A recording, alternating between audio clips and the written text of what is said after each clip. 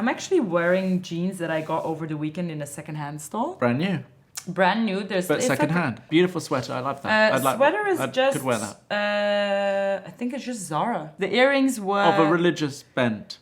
No, yeah, with a religious bend, but I'm not really religious. It's a crucifix. Yeah, I just wanted to get these earrings that were like a little bit longer, that had like, you know, with my brown hair. Crucifixes like work like that. My whole wardrobe was like black, but because I have dark hair and eyebrows, sometimes it's...